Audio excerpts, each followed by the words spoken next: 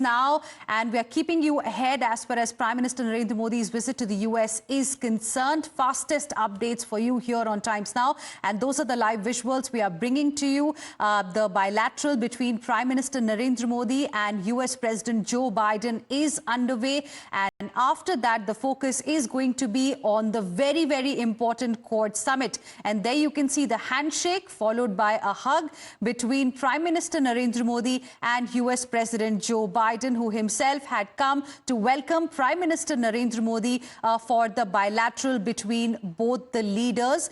And after this, in his hometown summit, there is going to be Quad summit. Let me go across to my colleague Siddharth, who is joining us live, tracking the developments from Delaware at this point in time. Siddharth, over to you. The bilateral is underway. What is it that we are looking forward to from this important meeting? Well, this is a very significant bilateral that will soon happen between Prime Minister Modi as well as Joe Biden, since it's the last bilateral meeting that President Biden will be having with Prime Minister Modi. Presumably, there's an intention here as well to send a very strong message about how US-Indian ties have actually evolved during the 4 years of his presidency. In fact, a lot of people tend to underestimate, Hina, the contributions that Joe Biden himself has made in making this relationship that much stronger. Like one of the speakers had earlier said, even the Quad, which was resurrected pretty much during the tenure of President Donald Trump, in fact, assumed the role of leaders meeting each other when President Biden actually took over. So he wanted to give that particular relationship that much more strength as well as depth. Apart from that, of course, there's been a lot of progress that has been made with respect to both India as well as the United States over the kind of mutual ground that they can reach in terms of cooperating with each other in diversifying supply chains. Now, that's one very important parameter that's emerged between the two countries, and therefore the United States is looking towards making a very strong investment in India, somewhere to the tune of almost $2.5 billion in helping India establish a semiconductor plant in India and also train as many as 60,000 of its engineers in facilitating their transition towards becoming a semiconductor hub, and therefore reducing the kind of dependence that America has historically had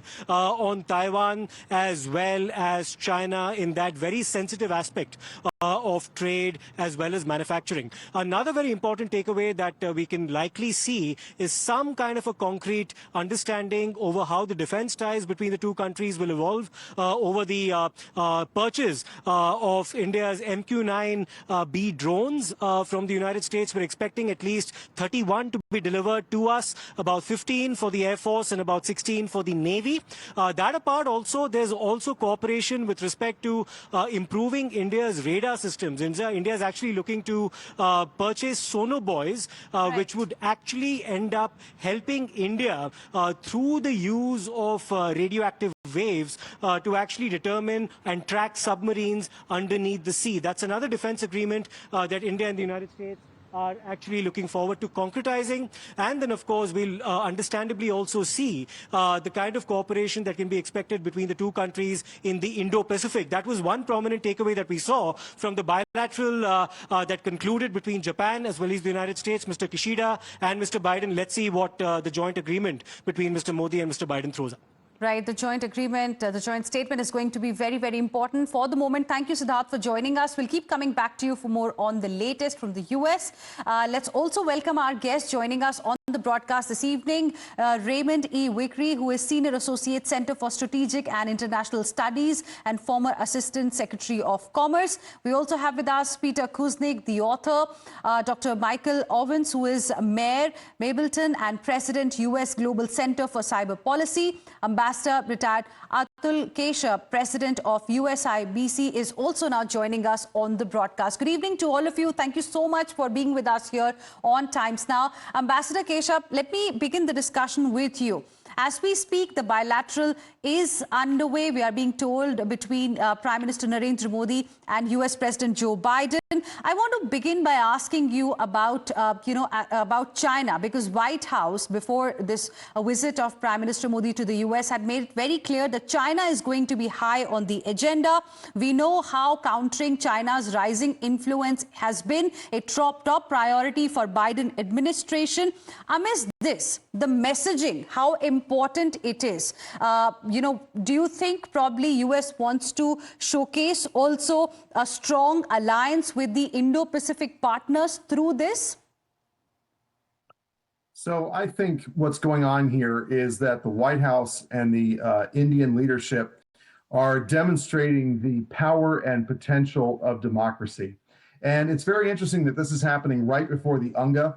Arguably, strategically, economically, technologically, for our two peoples, this is more important than the UNGA, especially with the Quad as well. The power of democracy united to face down some of the challenges that are being made by Russia and China and Iran and North Korea and other countries, by terrorism, to challenge essentially the established order that has made the world as prosperous as it is. So this is a very strong signal by both leaders about their solidarity, about the very strong relationship between the two greatest democracies on earth. And it is absolutely a signal to anybody who is trying to challenge our happiness and prosperity, and most critically, our freedom.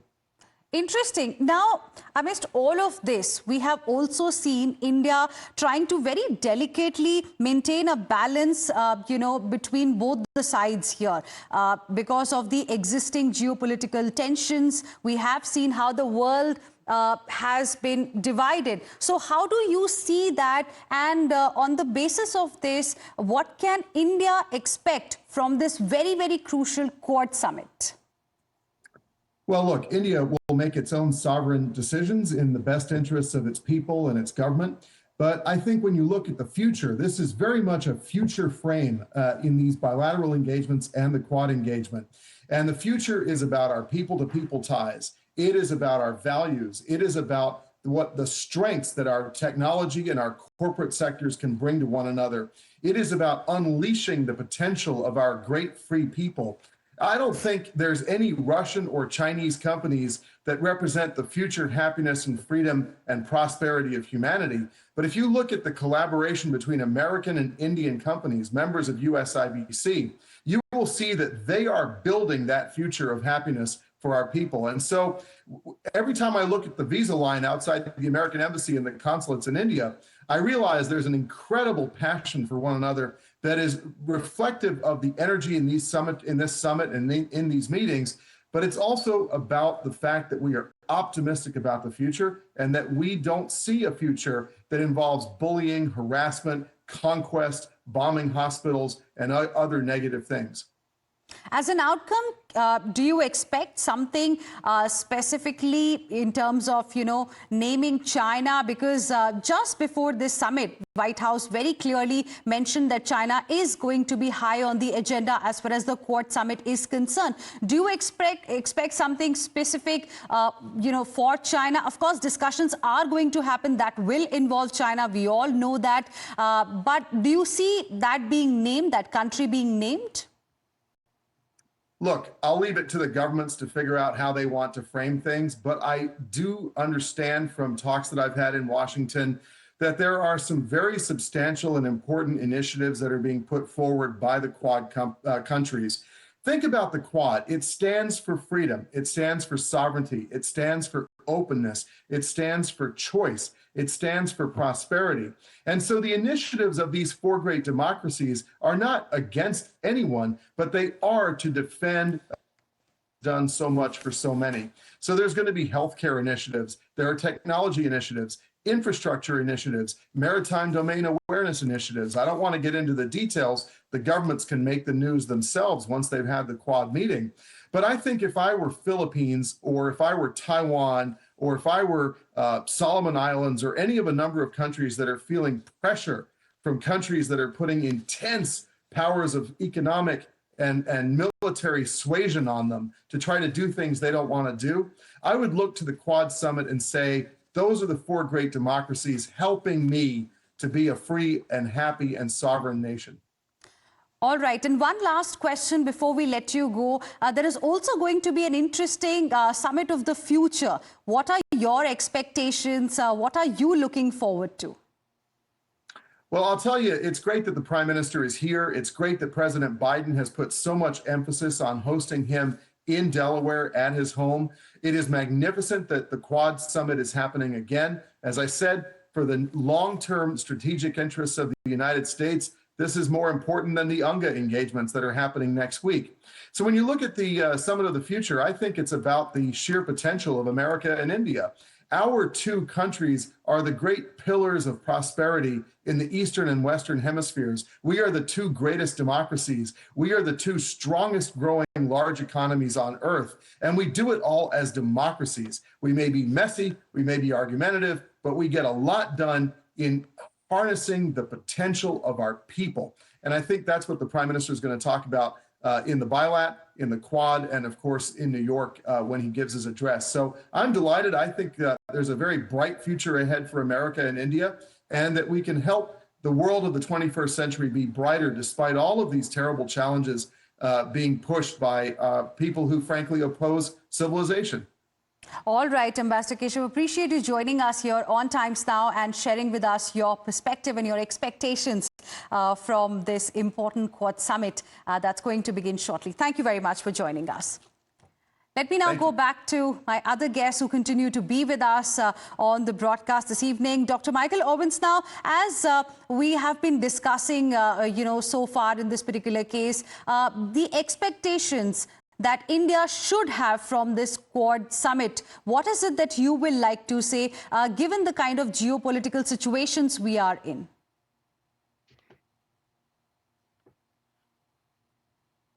Could you please unmute yourself? Yeah, this meeting comes at a crucial time, particularly as you mentioned, with the U.S. elections approaching. Here in the U.S., we're preparing for voting. Campaign time is in full swing. So I'm completely expecting the focus to remain on U.S.-India relations. The Biden-Harris administration has been really the foundation of trust and cooperation that we can build between the U.S. And America.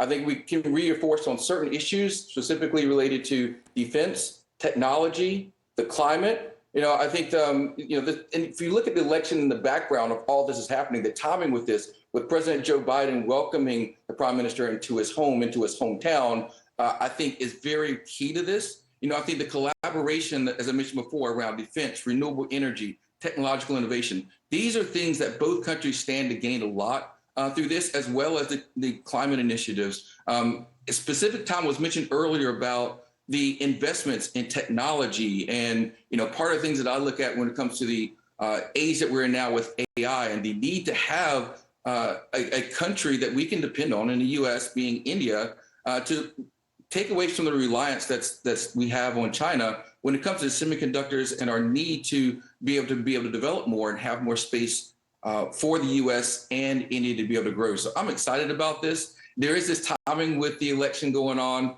with our Vice President Harris, proudly representing the heritage of India here in the U.S. I think that has done nothing more than inspire the engagement to have deeper discussions here in the communities about, Indian and American relationships. And so I'm really excited about this. I love the timing of this because I think it really bodes well to talk about Indian and U.S. relations. And I think it will ultimately play a factor in the campaign. But really, this is about, as was mentioned before, the ambassador mentioned this, is two of the world's largest democracies coming together and talking about critical issues and pathways forward that hopefully will lead to long-standing, promising relationships between these two countries. Interesting. Raymond Vickery, now timing, as Dr. Michael Owens also mentioned, is very, very critical because just a few weeks away, just a few weeks from now, we are also going to see the U.S. elections, and the race to the White House is getting aggressive every single day. So amidst all of this, do you think, India's position on the world conflicts that we are also seeing right now is also going to become some sort of a topic of discussion in this bilateral and then later in the Quad Summit? Well, I have no doubt that there will be discussions about that. I think the timing is important. I think it's a great touch that President Biden is having the Quad meeting at his old high school, indicating the importance that he personally has invested. But even more important is institutionalizing these arrangements, whether it goes from military to climate change to technology. because we do have a situation in the United States in which one of the candidates, namely former President Trump, is very volatile about relationships and wants to know whether or not you're paying your way, and has even gone so far as to say to Russia they could do whatever they wanted to if a country didn't pay up. So this is a very transactional approach, which is different from the Biden approach and that of Vice President Harris in trying to build coalitions which stand the test of time, regardless of who is in power. And the more we can institutionalize this, the better off we'll be. There's no question that China takes the holistic view, and it wants to do things across the board which support its own interest. And so it's vital for two great democracies to have a mechanism to be able to counter that. And that's across the board. You take climate change, for example. Former President Trump has said, well, maybe climate change is not real, or at least wasn't caused by human beings. The United States and India are deeply invested in trying to ameliorate climate change so that we don't have disaster from global warming. So the more we can institutionalize relationships on issues such as that is, then the better off we'll be across the board in regard to the security architecture for the Indo-Pacific area. Right. And Peter Kuznick, we also know that there is going to be some sort of an announcement as far as expansion of the Maritime Pact to the Indian Ocean is concerned. What are your expectations on that front? Well, I think that's true. They are going to strengthen some of the ties, maritime ties, and security concern. But back to the last question you asked Mr. Vickery, I agree with him about what a Trump presidency would bring. But the timing of this meeting is so important because it's occurring while two wars going on, both of which threaten to spread and wreak global havoc. And Prime Minister Modi has certainly been involved diplomatically on both those fronts. The last thing the world needs to see now is heating up a third front in the Indo-Pacific. If we look at some of the recent articles that are most concerned, two came out on August 20th. One in the New York Times by David Sanger, saying that the new Biden nuclear policy is to be able to fight and win a three-front nuclear war simultaneously against Russia, China, and North Korea.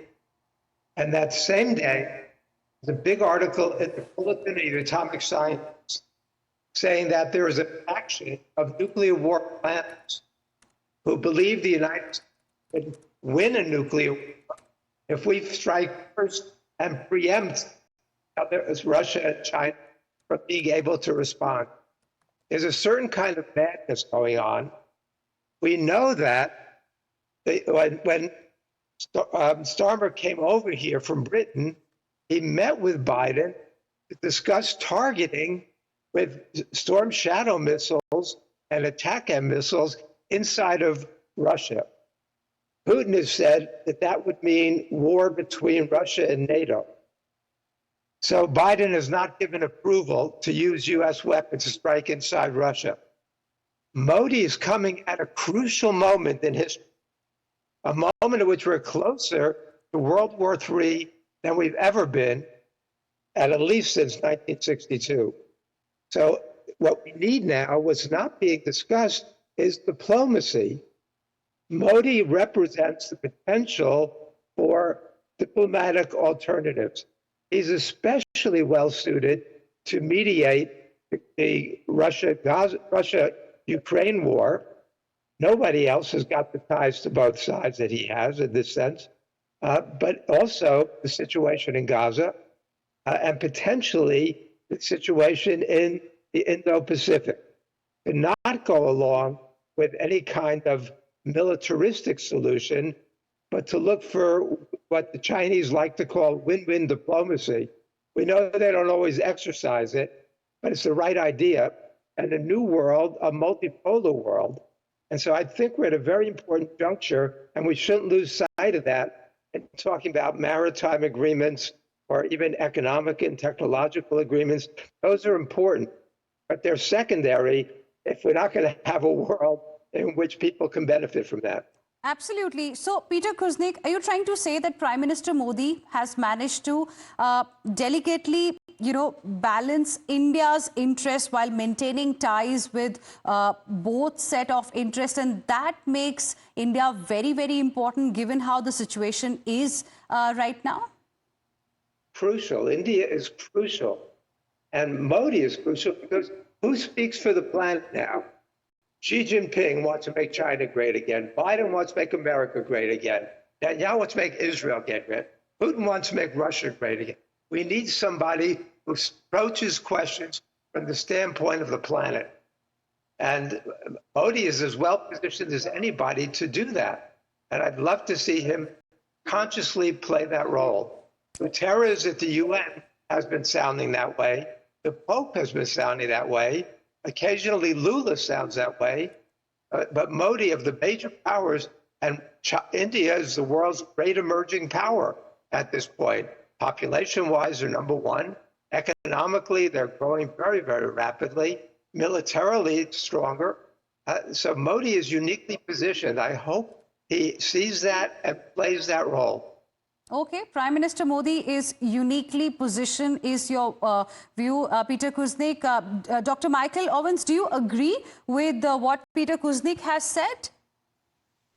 I do agree wholeheartedly. I do think he's greatly positioned at this time when there seems to be so much chaos in the world, and we really do sit on the brink of potentially more issues cropping up, particularly with, again, going back to this U.S. election, with the possibility of someone like former President Trump becoming president, where, and I think what was meant to be said is that President Trump, former President Trump, not President Biden, is the one that says "Make America Great Again."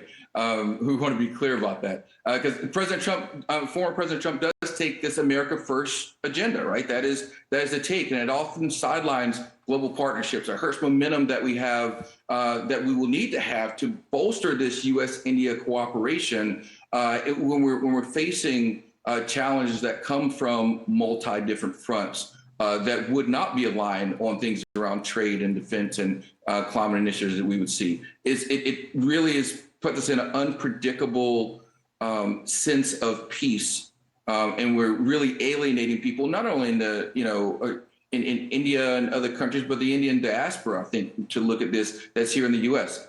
Additionally, I think just a softer stance that he takes on authoritarian regimes as a whole really kind of tamps down this diplomatic theme that I think you've heard most of the speakers talk about, how important it is. Yes, democracy may be messy, but we know that having Modi in this prime position, along with someone like Kamala Harris coming in to continue on what President Joe Biden has continued to do, puts us in a better playing field globally. And I think that's what's important. Look at this from a global perspective and what's best.